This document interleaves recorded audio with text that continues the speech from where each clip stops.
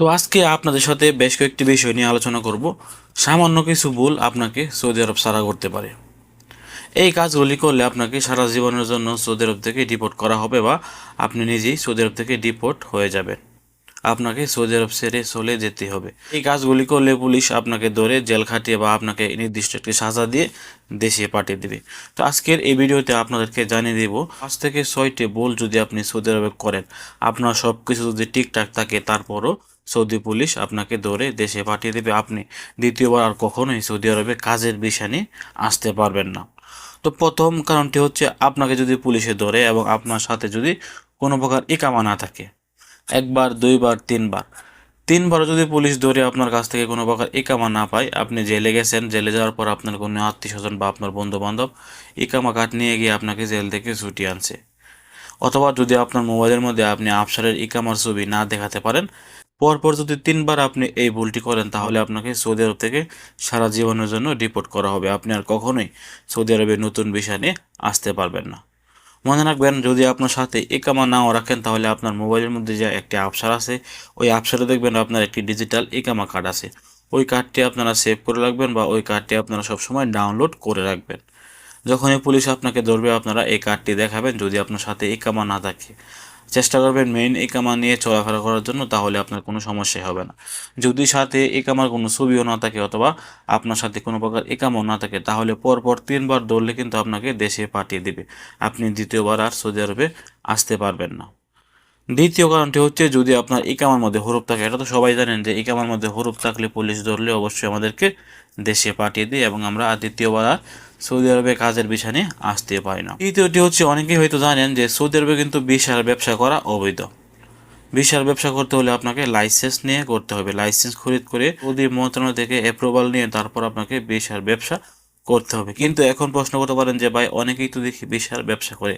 তারা কিন্তু ভিসার ব্যবসাগুলি লুকিয়ে করে। যদি সৌদি আরবের আইন শৃঙ্খলা বাহিনী জানতে পারে যে সে সৌদি আরবে ভিসার ব্যবসা করে, ভিসা দিয়ে লুকানে, তাহলে কিন্তু তাকে দেশে পাঠিয়ে দেওয়া হবে।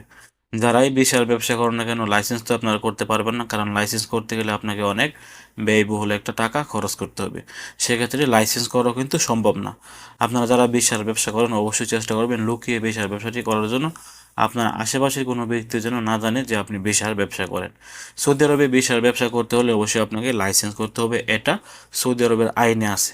তবে অনেকে কিন্তু লাইসেন্স ছাড়াই ভিসার ব্যবসা করে আসছেন বা আপনারা দেশ থেকে লোকও আনছেন। এগুলো কিন্তু সৌদি প্রশাসন জানে না। যদি তারা জানতে পারে, তাহলে অবশ্যই আপনাকে দেশে পাঠিয়ে দিবে। অবশ্যই ভিসার ব্যবসা করার ক্ষেত্রে আপনারা আরও সাবধান থাকবেন। 4 নাম্বারটি হচ্ছে, যদি আপনার নামে কোনো প্রকার ক্রিমিনাল কোনো কেস থাকে, আপনি মারামারি করেছেন অথবা আপনার নামে যে কোনো ক্রিমিনাল কেস আছে, তাহলে কিন্তু আপনাকে নির্দিষ্ট একটি সাজা খাটিয়ে দেশে পাঠিয়ে দেওয়া হবে।